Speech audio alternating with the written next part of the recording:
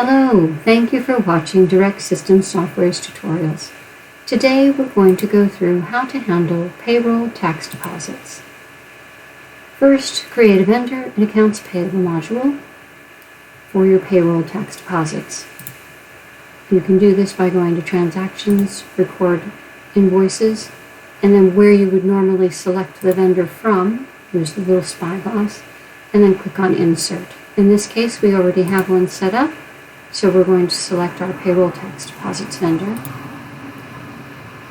Then we would enter the normal information that we would do for here.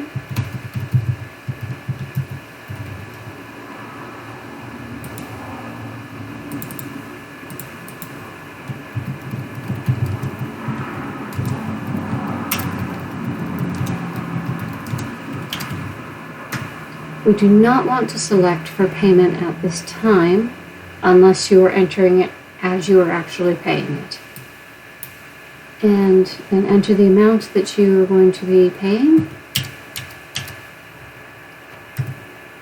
Now when you go to enter this, you will need to split it up between the amounts that go to the payroll tax account and the amount that goes to tax withholding account.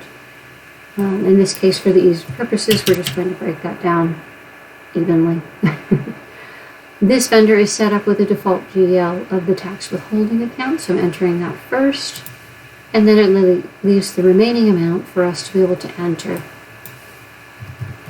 simply by entering the correct GL, and then that amount will now be applied to that GL.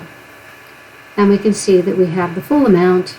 There's no amount that's unapplied at this time, so we can go ahead and record that entry.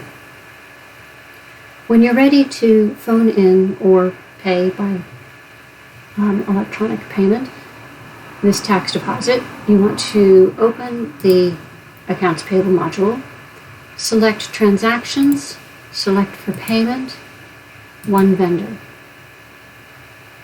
And we want to select the vendor, begin, and then we want to select the invoice for payment. And here we can see what it's going to pay, or what it's choosing to select for payment. Click OK, and then close. Now we want to go to Transactions, Print Checks. Even though we're going to do this by bank adjustment, we're going to print checks, One Vendor. And we select the vendor, begin. We can see that this is here, and when you select it up above, then you choose Pay as Bank Adjustment instead of printing a check.